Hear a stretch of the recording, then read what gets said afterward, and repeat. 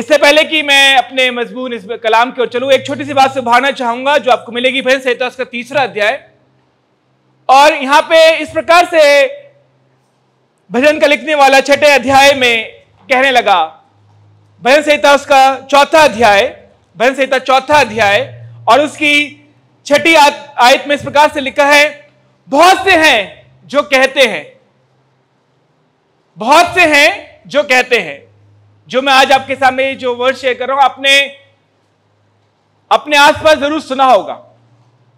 बहुत से लोग कहते हैं, कौन हमको कुछ भलाई दिखाएगा, कौन हमको कुछ भलाई दिखाएगा। जब आप संसार में जाते हैं, शायद अपने आप वर्क प्लेस में हैं या अपने आप आसपास घर के आसपास हैं, अपने मोहल्ले में हैं, रिश्तेदारों में हैं, एक्सटेंडेड फैमिलीज में हैं, कोलीग्स के साथ हैं, अक्सर हम इस बात को सुनते हैं कि हमें कौन भलाई दिखाएगा। संसार में बहुत रोना है, बहुत सी गड़बड़ की बातें हैं। मां बाप डरते हैं कि बच्चों को हम दूर भेजेंगे तो शायद वो बिगड़ ना जाएं। बहुत से बड़े बुजुर्ग लोग सोचते हैं कि हमारे जो बच्चे हैं, जवान हैं, चीजें हैं, ऑफिस जाते हैं, चीजें करते हैं, खराब हो जाएंगे। कौन हमें भलाई दिखाएगा, कौन हमारी मदद के लिए पहुंचेगा। हम दूसरे शहर में रहते हैं, कौन हमें हमारी तबीयत को पूछेगा, कौन हमारी खबरगिरी करेगा। मगर बाइबल बताती है, इन सबसे ज्यादा एक चीज होने की जरूरत है, जो हमें पुकारने की जरूरत है, जो हमें कहने की जरूरत है, हमें रिमाइंड करने की जरूरत है, हमें बार बार इस बात पर आगे बढ़ने की जरूरत है। लिखा है, हे यहोवा तू अपने मुख का प्रकाश हम पर चमका। हे यहोवा तू अपने मुख का प्रकाश हम पर चमका। यह हमारी प्रार्थना की एक लाइन होनी चाहिए। जब हम लोग सुबह उठ के प्रार्थना करते हैं, जब हम शायद बिस्तर में जाने से पहले परिवार के साथ प्रार्थना करते हैं, शायद हम लोग शाम को मीटिंग करते हैं, अपने घर में बातचीत करते हैं, कलाम शेयर करते हैं, कभी हम कुछ बांटना शुरू करते हैं, बच्चों को सिखा रहे होते हैं गीत। हमारी प्रार्थना का एक हिस्सा होना चाहिए कि हमारी भलाई कौन दिखाएगा से ज्यादा हम ये बोले, हे यहोवा अपने मुख का प्रकाश हम पर चमका। जब परमेश्वर के मुख का प्रकाश हम पर चमकेगा, जब परमेश्वर का मुख का प्रकाश हम पर चमकेगा, हमारी जिंदगियां बदल जाएंगी, है ना। अंधकार है दुनिया में, अंधकार की बातें हैं, और कई बार हम लोग अपने मसीह लोग भी बहुत लंबी चर्चा अंधकार के बारे में करते हैं। अरे ये खराब है, ऐसा हो रहा है, वैसे हो रहा है, जिंदगी में हम देख रहे हैं चीजें ऐसी हो रही हैं, हाँ ये सब होना लाजमी है, बाइबल बताती है सब चीजें होंगी। मगर क्या हम इस वाली बात को ज्यादा पुकारते हैं, ज्यादा कहते हैं, ज्यादा शाउट करते हैं कि हम अपनी जिंदगी में गलत बातों को ज्यादा प्रमोट करते हैं। मगर हमें इससे ज्यादा कहने की जरूरत है, हे यहोवा तू अपने मुख का प्रकाश हम पर चमका। हम अपनी जिंदगी में जब वाली बात कहेंगे तो हम देखने पाएंगे कि परमेश्वर की रोशनी हम पर चमक रही है, परमेश्वर की रोशनी हम पर चमक रही है, हमारी जिंदगियां बदल रही हैं। हमारी जिंदगी में जो चीजें खराब थी, फिर शायद हमें डर नहीं लगेगा। हम अपने बच्चे को जब भेजेंगे, जब अपने बच्चे को हमने बाइबल की बातें बताई हैं, हमने अपने बच्चे को चर्च में रोपा है, चर्च में बढ़ने दिया है, फिर हम फिक्र नहीं करेंगे, फिर हम ये लोग चिंता नहीं करेंगे कि भैया दुनिया में जा रहे हैं, दुनिया की चीजें बिगाड़ देंगी। हमें मालूम है, हम जब यहां से कलीसिया प्रार्थना करेगी, जब हम लोग प्रार्थना करेंगे, जब अपने परिवारजनों के लिए, अपने बड़ों के लिए, बड़े छोटों के लिए, छोटे और छोटों के लिए जब प्रार्थना कर रहे हैं कलीसिया से, तो जिंदगियों में चीजें बदलने पाएंगे। हम रोशनी को देखने पाएंगे, अंधकार को नहीं मगर रोशनी को देखने पाएंगे। आइए परमेश्वर के कलाम की ओर मजबूती के साथ चलेंगे। आज मैं आपके सामने कुछ बहुत स्पेशल, बहुत चीजें, अच्छा तो नहीं मगर एक बात जो परमेश्वर ने मुझे दी है पिछले दिनों में, वो बांटना चाहता हूं। और वो इस प्रकार से है, मेरे साथ निकाल लें, यूहन्ना रचित सुसमाचार उसका 15वां अध्याय। हाँ, वही 15वां अध्याय जहां पे सच्ची दाखलता का जिक्र है। हमने कई बार सच्ची दाखलता के बारे में पढ़ा है, हमने खुद प्रचार भी किया होगा, हमने खुद बार सुना भी होगा, मगर मेरे साथ आज एक बार फिर निकालेंगे। आज हम उस पर गौर करेंगे, आज उसी अध्याय में रहेंगे और उसी अध्याय में पढ़ेंगे और सीखेंगे कि परमेश्वर की मर्जी हमारे लिए क्या है। मेरे साथ निकाल लें, यूहन्ना रचित सुसमाचार उसका 15वां अध्याय, सच्ची दाखलता। पहली आयत से कोई जरूर से पढ़ दे तो अच्छा रहेगा। स्क्रीन पे आपके साथ है जी। यीशु मसीह खड़े हुए और लोगों को प्रचार करने लगे। एक बड़ी भीड़ यीशु मसीह के साथ थी, और जब यीशु मसीह के साथ बड़ी भीड़ चला करती थी, और उस भीड़ में कुछ कैटेगरी हुआ करती थी, कुछ हिस्से के लोग हुआ करते थे, कुछ हिस्से ऐसे लोग हुआ करते थे, कुछ तो परमेश्वर को परखने वाले हुआ करते थे। यीशु मसीह को परखने वाले यीशु मसीह की भीड़ में चला करते थे। कुछ लोग आश्चर्य कर्म देखने के लिए, आज क्या नया होगा, आज कुछ बेटर होगा, आज कुछ हम देखेंगे, आज कुछ चमत्कार दिखेंगे, इसलिए उस भीड़ में हुआ करते थे। कुछ लोग चंगा होने के लिए यीशु मसीह की भीड़ में रहा करते थे, और कुछ लोग यीशु मसीह के चेले जो यीशु मसीह से सीखते थे, और कुछ और लोग जो यीशु मसीह के साथ रहना चाहते थे, वो लोग यीशु भीड़ का हिस्सा थे। यीशु मसीह उस भीड़ से या उन लोगों से कहने लगे और इस प्रकार से बताने लगे कि देखो, एक सच्ची दाखलता मैं हूं। दाखलता क्या होती है? दाखलता एक प्लांट है, एक पौधा है ना। हमने अक्सर अपने घरों में देखा है, अपने अजीज के यहाँ, अपने घर के आसपास हमने दाखलता का पौधा देखा है। दाखलता की जो स्टेम है वो बहुत ज्यादा स्ट्रांग नहीं होती, जो स्टेम है वो बहुत ज्यादा स्ट्रांग नहीं होती। कुछ लोग उसको गैलरी में ऊपर लगा देते हैं या टेरेस पे लगा देते हैं, और कुछ लोग उसको नीचे लटका देते हैं और देखते हैं कि वो जो दाखलता है वो नीचे नीचे की ओर बढ़ रही है। कुछ लोग जमीन पे लगा देते हैं और रस्सी का सपोर्ट लेके ऊपर बांध देते हैं, देखते हैं कि दाखलता ऊपर बढ़ रही है।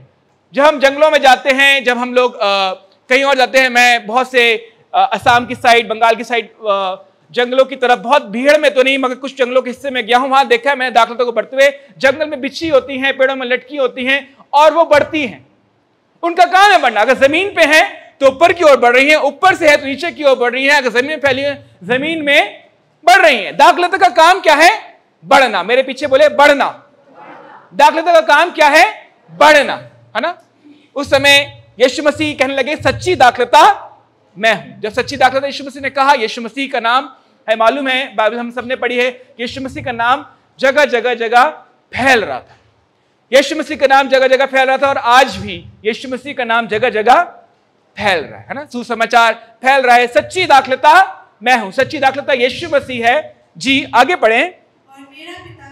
और मेरा पिता किसान है मालूम है, परमेश्वर जो है किसान है, यीशु मसीह दाखलता है, पिता जो है किसान है। इसका मतलब किसान ने उस दाखलता को लगाया है, उस दाखलता में शायद पानी डाला है, उस पर बहुत इंतजार किया है, बहुत इन्वेस्टमेंट की है, बहुत सारी चीजें की हैं, बढ़ाने की कोशिश की है, छटाई खटाई अभी हम पढ़ेंगे, सब चीजें परमेश्वर ने की हैं। आगे लिखा है जी, जो डाली मुझ में है, जो डाली मुझ में है। अब बात हो रही डाली की। डाली अभी हम आगे पढ़ेंगे, लिखा है कि डाली मैं और आप है। बोले मैं और आप। डालिया कौन है? अच्छा, फिर से रिवीजन करते हैं। मैं एक टीचर हूं स्कूल में, और हम लोग ऐसे ही पढ़ाते हैं, और एक बार फिर से ट्राई करते हैं। दाखलता कौन है? यीशु मसीह। किसान कौन है? परमेश्वर पिता। डालिया कौन है? आप और मैं। ठीक है। जो डाली मुझ में है और नहीं फलती, इसका मतलब है कि किसान की और दाखलता की एक्सपेक्टेशन है कि डालियां बढ़े। दाखलता तो बढ़ रही है, दाखलता कैसे बढ़ेगी? जब डालियां बढ़ेंगी, है ना। जब उसकी जो और ब्रांचेस हैं, जो दाखलता हैं, जो दाखलता की जो ब्रांचेस हैं वो बढ़ेंगी तो दाखलता भी बढ़ेगी। हमें और आपको बढ़ने की जरूरत है। आगे लिखा है जो डाली मुझ में है और नहीं फलती, किसान या पिता उसे काट डालता है, और जो फलती है उन्हें छांटता और काटता है ना। हमने पढ़ा है, फिर से रिपीट कर दूंगा।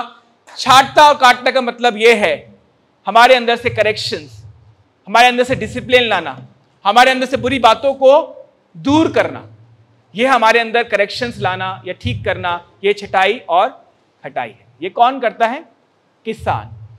कौन करता है? पिता या यहोवा परमेश्वर हमारी जिंदगी में हमको परीक्षाओं में ले जाकर हमारी छटाई कटाई करता है। हम सबको पता है ना ये वाली बात। 30 साल हो गए हैं आप लोगों को, मुबारक हो, और आपको सब पता है। आज और आगे चलेंगे। लिखा है 4थी आयत में हम आ गए हैं, और 4थी आयत में इसमें लिखा है तुम मुझ में बने रहो और मैं तुम में। जैसे डालियां दाखलता में बनी ना रहे तो अपने आप से, तो बोले अपने आप से नहीं फल सकते। एक बार फिर से बोले, अपने आप से नहीं फल सकते। यदि आप परमेश्वर में नहीं हैं तो अपने आप नहीं फल सकते। आप सोचें कि शायद हमारी जॉब है, शायद हमारे बहुत अच्छी नौकरी है, बहुत अच्छा बिजनेस है, बहुत अच्छा घर है, बहुत अच्छे बच्चे हैं जो बाहर सेटल्ड हैं, वो हमें बचा लेंगे, मगर अपने आप से फल नहीं सकते। यदि आप डाली जो हैं वो दाखलता में बनी ना रहें, यदि आप यीशु मसीह में बने ना रहें, तो अपने आप फल नहीं सकते। आगे इसकी तरफ चलेंगे, लिखा है वैसे ही तुम भी यदि मुझ में बने ना रहो तो अपने आप फल नहीं सकते। 5th बहन पढ़े। मैं दाख लेता हूँ, मैं दाख लेता हूं, फिर से रिवीजन हो रहा है। यीशु मसीह कह रहा है मैं दाख लेता हूं, तुम डालियां हो, जो मुझ में बना रहता है, जो मुझ में बना रहता है, और मैं उसमें मैं बहुत फल लाता है। कहे बहुत फल लाता है, कहे बहुत फल लाता है। जो यीशु मसीह में बना रहता है वो बहुत फल लाता है। आपकी ब्लेसिंग्स, कई बार सोचते हैं कि भैया हम बहुत मेहनत कर रहे हैं, 5 साल हो गए जॉब को, प्रमोशन ड्यू था, इंसेंटिव ड्यू था, चीजें थी, कोविड ने सब खराब कर दी, चीजें खराब कर दी, अरे अब कुछ नहीं हो रहा, कुछ नहीं हो रहा। अगर आप यीशु में बने हुए हैं तो आप फल लाएंगे। जवान बच्चों से जो पढ़ रहे हैं उनसे कहूंगा कि भैया बहुत प्रेशर है, बहुत सारी चीजें हैं, बहुत कंफ्यूज हो जाते हैं, चीजें नहीं है। यदि आप ध्यान से पढ़ेंगे और हर मीटिंग में पाए जाएंगे, परमेश्वर की आराधना करेंगे, परमेश्वर के बातों को मानेंगे, तो आप जरूर फल लाएंगे। सिर्फ आप पढ़ते रहेंगे, चर्च भी मिस करेंगे, चीजें सफलता को हासिल नहीं करेंगे, बढ़ नहीं पाएंगे। आगे लिखा है क्योंकि मुझसे अलग होकर तुम कुछ भी नहीं कहें कुछ भी नहीं कर सकते, कुछ भी नहीं कर सकते। मालूम है, अगर आप सोचें, कुछ भी सोच लीजिए आप, हम इंसान है, कुछ भी सोच लेते हैं ना। हमने कितनी बार रॉकेट उड़ाया है ना, कितनी बार प्लेन उड़ाया है, कितनी बार बिना लाइसेंस के गाड़ी भी चलाई है हमने सपनों में, है ना। हमने कितनी बार तो सेंचुरी भी मारी है ना। आप कुछ भी सोच लीजिए, आप कुछ भी नहीं कर सकते, आप परमेश्वर से अलग होकर कुछ नहीं कर सकते। आगे लिखा है जी, यदि कोई मुझ में बना जी छठी आयत को हम थोड़ा गौर करेंगे, थोड़ा सा टाइम स्पेंड करेंगे। छठी आयत में लिखा है यदि कोई मुझ में बना ना रहे तो वह डाली के समान फेंक दिया जाता है। वह डाली के समान फेंक दिया जाता है। मालूम है, कुछ डालियां हैं जो फेंक की जा रही हैं, कुछ डालियां हैं जो बढ़ रही हैं, है ना। हमने पढ़ा था ना, जो डाली मुझ में फलती है वो बढ़ती है। तुम मुझ में बने रहो, मैं तुम में बना रहूं, सब कुछ हो जाएगा। कुछ डालियां ऐसी भी हैं, फिर से पढ़ें, यदि कोई मुझ में बना ना रहे तो वह डाली के समान फेंक दिया जाए। कुछ डालियां हैं जो फेंकने वाली होगी,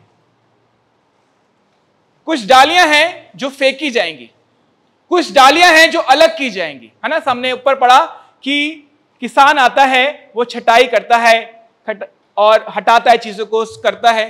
कुछ डालियां हटाई जाएंगी, इस बात का ध्यान रखिएगा, कुछ डालियां हटाई जाएंगी।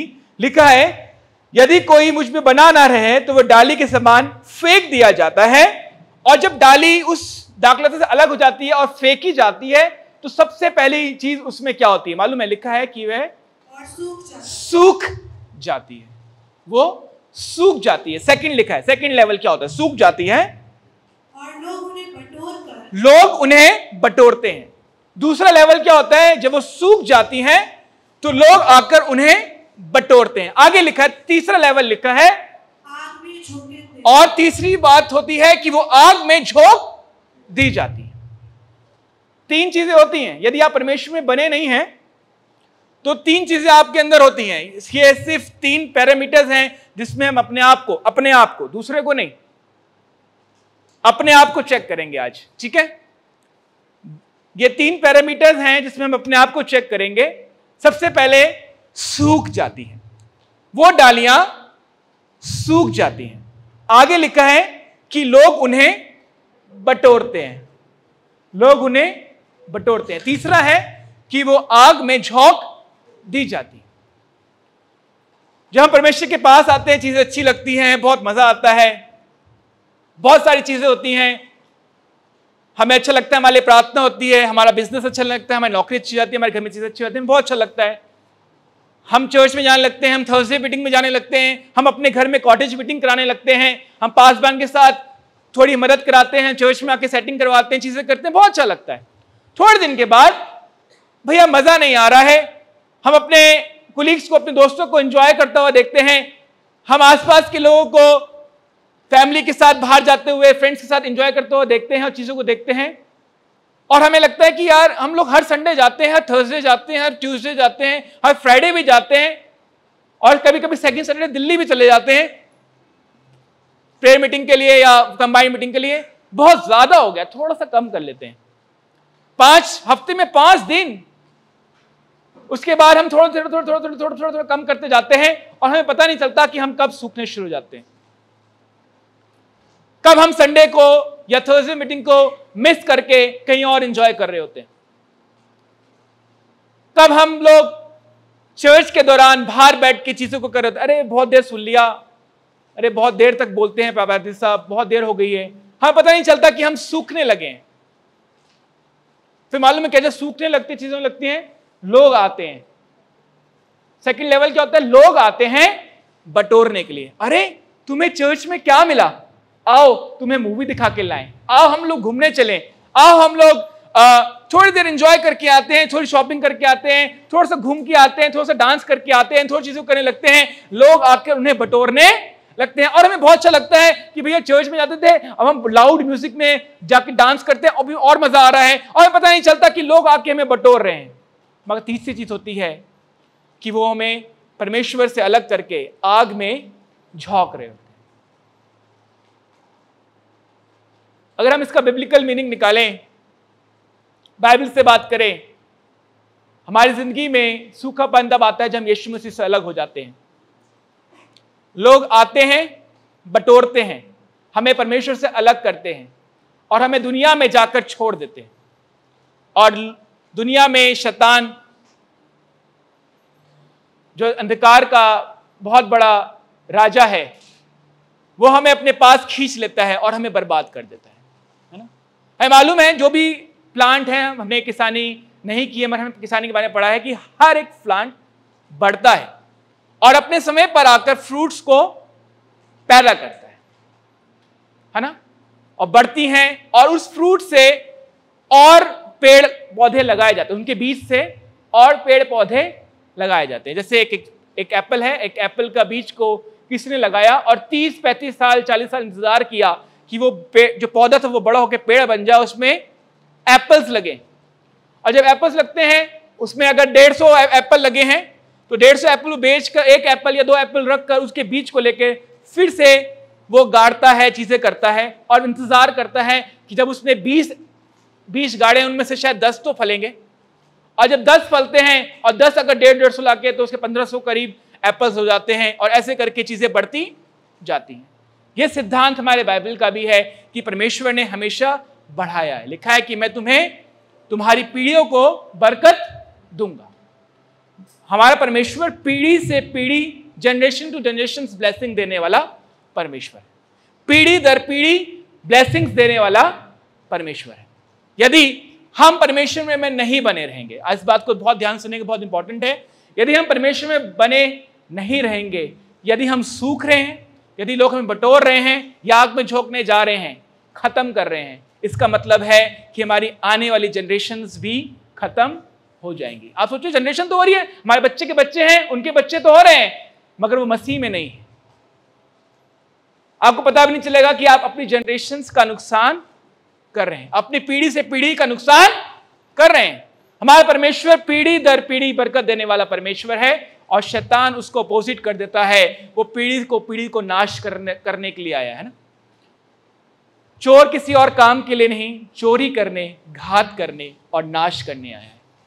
हमें पता भी नहीं चलता कि कब हम सूख रहे हैं, कब हम बटोरे जा रहे हैं, कब हम परमेश्वर से, मसीह की बातों से अलग हो रहे हैं, कब हम चर्च से अलग हो रहे हैं, कब हमारे बच्चे चर्च में गिटार बजाते थे, अब आके नीचे बैठ गए हैं, चीजें हो गई हैं, अब उनका मन नहीं लगता, अब हमारा मन भी नहीं करता, बहुत गर्मी लगती है, बहुत चीजें समझ में भी नहीं आती हैं, कैसे होगा, आगे कैसे बढ़ेंगे। हम अपने आप को रोकने लगते हैं, हम सूखेपन की ओर जाने लगते हैं और हमें पता भी नहीं चलता। मुझे कह लेने दीजिए कि हम अपनी जनरेशन्स को भी खत्म करने लगते हैं कि वो मसीह में बढ़ने नहीं पाएंगी, वो मसीह में बढ़ने नहीं पाएंगी। इसलिए बहुत जरूरी है कि हम परमेश्वर में बढ़ें, इसलिए बहुत जरूरी है कि हम परमेश्वर में बढ़ें, और जब हम परमेश्वर में बढ़ें तो हमारे बच्चे भी बढ़ें, उनके बच्चे भी बढ़ें, जनरेशन टू जनरेशन हम लोग परमेश्वर में बढ़ने वाले हो सके। आगे लिखा है कि जब वो बटोर कर झोंक देते हैं और आग में झोंक दी जाती हैं तो लिखा है वे जल जाती हैं, वो खत्म हो जाती हैं, जल जाती हैं। शैतान का हाल यही तो होगा लास्ट में। लिखा है कि उसको आखिर में अधोलोक की आग में जो हमेशा की उसमें डाल दिया जाएगा और बहुत से लोग उसके साथ, बहुत से दूत उसके साथ डाले जाएंगे। हम कोशिश करें कि उस टीम का हिस्सा ना हो, उस टीम का हिस्सा ना हो, बल्कि हम तो बरकत पाए हुए लोग ठहराए जाएं, जो खुद बचाए गए हैं, जिनके बच्चे बचाए गए हैं, जिनकी जनरेशन बचाई गई है, हम वो लोग हो सके। 7वीं आयत में लिखा है, जी बहन 7वीं आयत को पढ़ें। यदि तुम मुझ में बने रहो, यदि तुम मुझ में बने रहो और मेरा वचन तुम में बना रहे। यदि तुम परमेश्वर में बने रहो, परमेश्वर का वचन, परमेश्वर की बातें तुम में बनी रहे। आप कहें भैया आप पेड़ पौधे की बात तो कर रहे हैं, मैं बढ़ोतरी का तरीका क्या है, कहां से बढ़ोतरी होगी, क्या चीजें होंगी? सिर्फ परमेश्वर के वचन से ही हमारी ग्रोथ है, सिर्फ परमेश्वर के वचन से ही हमारी ग्रोथ है, सिर्फ सुनने से ही नहीं, उसको सुनकर मानने से। पादी साहब आपको 2 घंटा 1 घंटा प्रीच कर रहे हैं, सिर्फ वही सुनकर हम ना बढ़े, मैं खुद पढ़ें। और जो हम पढ़ रहे हैं, जो हम सुन रहे हैं, बाइबल बताती है विश्वास सुनने से और सुनना मसीह के वचन से, है ना। विश्वास कैसे पैदा होता है? सुनने से। और सुनना कहां से है? मसीह के वचन से। फिर से पढ़ें इस बात को, लिखा है यदि तुम मुझ में बने रहो और मेरा वचन तुम में बना रहे तो जो चाहे मांगो। बोले जो चाहे मांगो, जो चाहे मांगो। अभी कुछ टाइम पहले हमने पढ़ा था ना, कुछ नहीं कर सकते। अभी हमने पढ़ा था ना, कुछ नहीं कर सकते, ये मर्जी से अलग होकर। अब लिखा है जो चाहे मांगो। अगर यदि आप परमेश्वर में बने हुए हैं, उसका वचन आप में बना हुआ है, अब जो चाहे आप मांगे। आप प्लेन भी मांगे, परमेश्वर आपको रनवे भी देगा, है ना। इसलिए यदि आप परमेश्वर में और परमेश्वर के वचन में बने हुए हैं तो जो चाहे मांगो तुम्हारे लिए हो जाएगा। और आगे लिखा है 8वीं आयत में, मेरे पिता की महिमा इसी से होती है। सबसे इंपॉर्टेंट बात, मेरे परमेश्वर की महिमा। आप सोचते हैं कि हम ऑफरिंग डालते हैं, टाइट देते हैं, परमेश्वर की महिमा करते हैं, हम गीत गाते हैं, आराधना करते हैं, अच्छे अच्छे कपड़े पहन के जाते हैं, तो किसी से दुआ करते हैं कि परमेश्वर की महिमा हो रही है। यदि बहुत अच्छा कीबोर्ड बजाते हैं, बहुत अच्छा गिटार बजाते हैं, बहुत अच्छा गाते हैं, आप परमेश्वर की महिमा कर रहे हैं। मगर बाइबल बताती है कि परमेश्वर की महिमा करने का सबसे अच्छा तरीका क्या है? मेरे पिता की महिमा इसी से होती है कि तुम बहुत सा फल लाओ। आज आप परमेश्वर की महिमा इस तरीके से भी करके देखें। और फल लाने में ये नहीं कि आज आपने सुना कल फल आ जाएगा पेड़ में या आप में फल आ जाएगा, नहीं। मैंने बताया ना कि आपको कितने साल लग जाते हैं, कितनी मेहनत लग जाती है, बहुत टाइम लग जाता है एक पौधे को बड़ा होने में, पेड़ बनने में बहुत केयर लगती है, चीजें लगती हैं। और उस पेड़ पर कोई फल लगने में बहुत मेहनत लगती है। पासबान मेहनत करने के लिए तैयार है, परमेश्वर आप पे मेहनत करने के लिए तैयार है, यीशु मसीह आपको सारे न्यूट्रिशन देने के लिए तैयार है वचन से। दाखलता हमारी वही है ना, वहीं से तो न्यूट्रिशन निकलेंगे, वहीं से चीज निकलेंगी। लिखा है कि मेरे पिता की महिमा इसी से होती है कि तुम बहुत सा फल लाओ, और लिखा है तभी तुम मेरे चेले ठहरो। परमेश्वर इस भीड़ से बात तो कर रहा है, मगर उसका फोकस है जो परखने आए हैं उनके लिए नहीं, जो सिर्फ आश्चर्यक्रम देखने आए हैं उनके लिए ही नहीं, जो सिर्फ ये देखने के लिए आए हैं कि भैया आज खाने को क्या मिलेगा। आज 5 रोटी और 2 मछली जो थी उससे हमने बहुत खाया था, पैक भी करके ले गए थे, आज पता नहीं वो मिलेगा पैकिंग का सामान कि नहीं मिलेगा। मगर परमेश्वर चेलों से बात कर रहा है, परमेश्वर उनसे बात कर रहा है जो चुने हुए लोग हैं। मैं और आप चुने हुए लोग हैं, फिर आप परमेश्वर की निज प्रजा हैं, रॉयल प्रीस्टहुड है, उसके अपने लोग हैं। चेलों से बात कर रहा है कि यदि तुम चेले ठहरना चाहते हो, हम लोग अपने टैग लाते कि मसीह हैं, हम परमेश्वर के चुने हुए लोग हैं, हम परमेश्वर के भक्त हैं, हम परमेश्वर के ये हैं, हम अपने सरनेम को चेंज कर लेते हैं। मगर मैं आपको बताना चाहता हूं, हम तभी चेले ठहरेंगे जब हम बहुत सा फल लाएंगे। और फल लाने का तरीका यही है कि हम परमेश्वर में बने रहें, परमेश्वर की बातों में बने रहें। हम अपने जनरेशन्स को जाने ना दें, हम अपने पीढ़ी से पीढ़ी को खत्म ना होने दें, पर उन पर मेहनत करें, हम अपने ऊपर मेहनत करें कि हम परमेश्वर में बने हुए हैं कि नहीं बने हुए हैं। कई बार बहुत तकलीफ होती है, बहुत ज़्यादा चीज़ें खराब होती हैं। मेरे साथ भी पिछले हफ्ता यही हुआ कि बहुत ज़्यादा स्केड्यूल बिजी था और मैं म्यूज़िक टीचर हूँ स्कूल में, और 15 अगस्त के लिए 14 अगस्त को हमारा प्रोग्राम होना है स्कूल में, काफी बड़े लेवल पे चीजें हैं। और उससे पहले छोटे बच्चों का जो 1st to 5th हैं और 5th से 6th 8th तक है, उनके फंक्शन होना है, और बड़े बच्चों का फंक्शन 14th को होना है, और बहुत सारे फंक्शन लाइन अप थे। बहुत ज्यादा बिजी था। मैं 5-5 6-6 बजे घर आ रहा था। उसके बाद मेरे पास कुछ क्लासेस होती हैं, ट्यूशन होती हैं, चीजें होती हैं, वो सबको कर रहा था। और मेरा कल YMCA में जाने का बिल्कुल हिम्मत ही हार गया कि मैं नहीं जा सकता। और मैंने सोचा कि चलो मैं जाऊंगा जरूर, बट मैं मेट्रो से चला जाऊंगा, बाइक चलाने की हिम्मत नहीं है, बहुत दूर है, चीजें हैं। और जब मैं घर आया 4:30 बजे 25 के आसपास, 4 बजे के बाद घर आया, मैंने अपना नहाया धोया, फ्रेश हुआ, कुछ खाया, और मैंने कहा चलो अभी 1 घंटा है, 5:20 पे निकलना है मुझे, तो मैं थोड़ा सा लेट जाता हूँ। जब मैं लेटा तो मैं सो गया। जब मैं सोया तो 5:30 के बाद मेरी आंख खुली और मेरे पास एक चर्च का बच्चा आया हुआ था कि भैया मैं भी आपके साथ जाऊंगा। मैंने कहा अब तो मेट्रो से हम जा नहीं सकते, मुझे रेडी भी होना है, चीज़ें भी होनी है, और मुझे बाइक पे ही भरोसा है कि मैं जल्दी पहुंच सकता हूँ। फटाफट चीज़ें की, रेडी हुआ, मैं भागा और मैं YMCA किसी तरीके पहुंच गया। मैं कहा भाई हिम्मत तो बिल्कुल नहीं थी, मैं परमेश्वर ले आया, परमेश्वर धन्यवाद। मीटिंग अटेंड की चीज़ें ही। उसके बाद मेरे बहुत पुराने फ्रेंड्स मुझे मिले और उनके साथ फिर हम कुछ खाने चले गए। रात में 11:30 बजे मेरे पास पास्टर आलोक का फ़ोन आया कि मैं चाहता हूँ कि तुम कल मेरे पास महिंद्रा एनक्लेव में आके प्रचार करो। मैंने कहा भैया मैं मन में सोचा मैं बहुत थका तो हूँ, और YMCA जो 20 किलोमीटर है वहाँ तक जाने की हिम्मत नहीं है, और मुझे गाजियाबाद लगभग 45 किलोमीटर सिर्फ जाना है, और चीज़ें भी है, मैं रेस्ट कैसे करूँगा। मैं कहा ठीक है भैया मैं आ जाऊँगा। उन्हें बोला कि ठीक है, और तो 10:30 का चर्च है। मैं कहा भैया मैं कोशिश करूँगा 10:10 तक आ जाऊँ, और चीज़ें हैं, और मैं थोड़ा सा लोगों से मिल के इंकरेज करके फिर मैं चर्च में सेवा रखूँगा। और जब मैंने अलार्म सेट किया संडे का, और 7 बजे का अलार्म सेट किया, फिर से मेरी आँख नहीं खुली और मैं बहुत लेट उठा। 8:30 बजे मैं बिस्तर से उठा और मैं कहा बहुत टाइम हो गया है, चलो आधे घंटा है, मैं फिर से मैंने कोशिश की मंडल भाई से रात में बात करने की, मंडल भाई से बैठे कि अगर वो मेट्रो से मुझे पिक कर ले, मैं स्कूटी से यहाँ तक आ जाऊँगा और ऐसे कुछ कर लेंगे। नहीं हो पाया, बाइक चलाने बिल्कुल मैंने नहीं था। मगर धन्यवाद करता हूँ, परमेश्वर ने मुझे ताकत दी और मैं यहाँ तक टाइम से पहले पहुँच गया। मैं धन्यवाद करता हूँ। यदि हम परमेश्वर में मेहनत करते हैं तो परमेश्वर हमारी मेहनतों पर जोर बख्शता है, वो थके हुए को बल देता है। सिर्फ हम बाइबल में पढ़ते हैं, वो यूं ही नहीं लिखता कि वो थके हुए को बल देता है, मगर हम अपनी जिंदगी में एक्सपीरियंस करते हैं जब हम लिटरली थक जाते हैं, जब हमारा किसी मन नहीं होता, हमारे अंदर जज्बा होता है। यदि हम चाहते हैं कि हमारे अंदर जो फल लगे वो पनपे, वो बढ़े, उनके लिए आपको मेहनत करनी पड़ती है, चीजें करनी पड़ती हैं, और परमेश्वर उस मेहनत पर आपको ब्लेसिंग देता है। मेहनत करनी पड़ती है। हमें मालूम है कि हमारा जो बीज है, हमारे जो बच्चे हैं वो चर्च नहीं जाते हैं, हमें कई बार उनको पुश करना पड़ता है, कई बार हमें कुछ ना कुछ करके उनको चर्च लाना पड़ता है, मेहनत करनी पड़ती है, चीजें करनी पड़ती हैं। हमें मालूम है कि हम आई जनरेशन जो है वो ब्लेसिंग्स को हासिल करें। हमें मालूम है कि हमारा जो फल है, हमें फल लेके आना है, हमें उसके लिए मेहनत करनी है, क्योंकि हमें अपने परमेश्वर की महिमा करनी है। एक बहुत अच्छा एग्जाम्पल है जो हमें बाइबल से मिलता है, 49 उत्पत्ति, उसका 49 चैप्टर, और यहां पे यूसुफ का जिक्र है।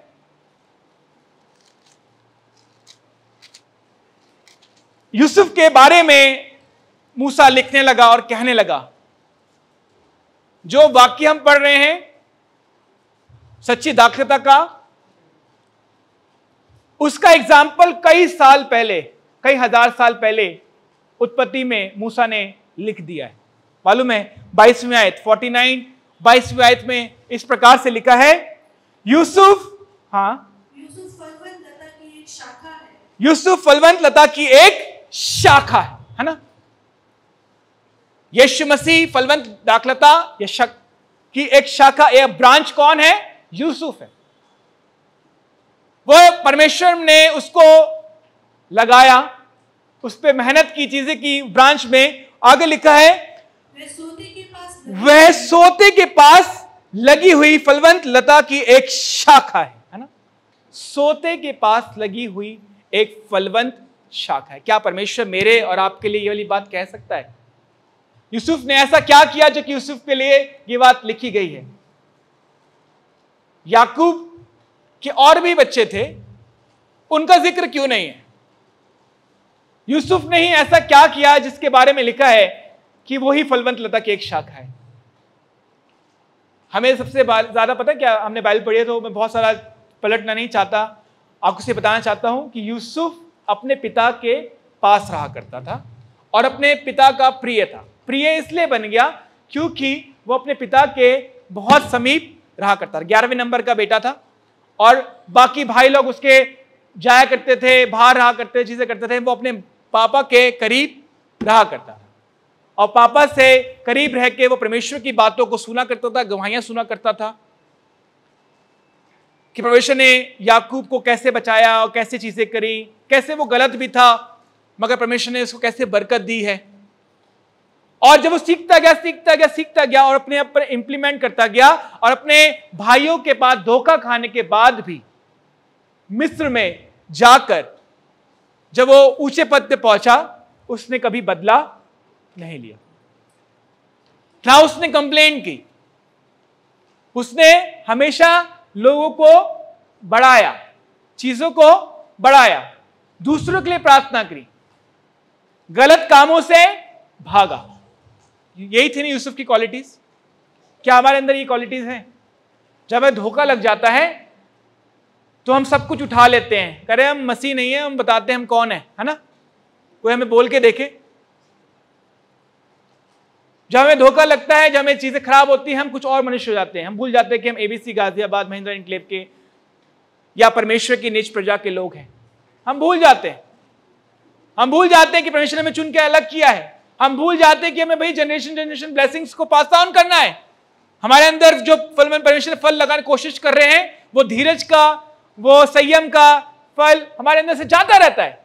मैं धन्यवाद करता हूं यूसुफ ने ऐसा नहीं किया, उसने बरकत दी, अपने भाइयों का साथ दिया, पनाह दी, जिनसे धोखा खाया था, गलत कामों से भागता रहा, है ना।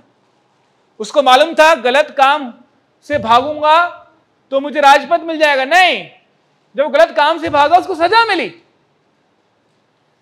है। मालूम है ना, पोतीफर की बीवी ने उसको बहुत खींचा कि उसके साथ कुछ गलत करे, मगर वहां से भाग गया और उसने, इसकी वाइफ ने पोतीफर को बहुत सारी कंप्लेंट्स की और पोतीफर ने उसको जेल खाने में बंद करवा दिया। कई बार क्या होता है, हमारे अच्छे होने से हमें सजा मिलती है, हम कहते हैं भैया हम परमेश्वर में जाते हैं, हमें क्या मिला? सजा। हम तो चर्च जा रहे थे, 10 साल से मेंबरशिप है, चीजें हैं, हमें क्या मिला? धोखा, सजा। हमारे साथ कुछ अच्छा हो ही नहीं रहा है, हम चर्च नहीं जाएंगे। और जब हम चर्च के लिए मना कर देते हैं, परमेश्वर के लिए मना कर देते हैं, हम भूल जाते हैं कि भाई जनरेशन ब्लेसिंग्स हमारी खत्म हो जाएंगी। यूसुफ को पता था कि मैं जब अब लायक हो गया हूं कि मैं फल लेके आ रहा हूं, तो मैं क्यों ना अपने भाइयों को, अपने लोगों को बढ़ाऊं। कई बार हम लोग रिवेंज के लिए चीजों को खत्म कर देते हैं। मालूम है, एक रिवेंज लेना भी हमारे अंदर फ्रूट्स को खत्म कर देता है। और बहुत सी बातें हैं, हम धोखा खाकर, यूसुफ ने लोगों के लिए भलाई की, है ना। क्योंकि आज जो हमने पहली आयत पढ़ी थी, अभी क्या पढ़ा था हमने, भजन संहिता 4 अध्याय उसकी 6ठी आयत में, कि लोग कहेंगे मेरी भलाई कहां से है, हे यहोवा तू मुझ पर अपने मुख का प्रकाश चमका। हम अपनी होप्स को बहुत जगह लगा लेते हैं, हमारी होप यहाँ है, हमारी होप यहाँ है, हमारी ब्लेसिंग्स यहाँ है, हम कुछ होगा तो ये बचा लेंगे, कुछ करेंगे तो कुछ लॉस होगा तो ये कर लेंगे। मैं धन्यवाद करते हैं परमेश्वर का कि परमेश्वर हमारी जिंदगी में बरकत देता है। एक सेकेंड,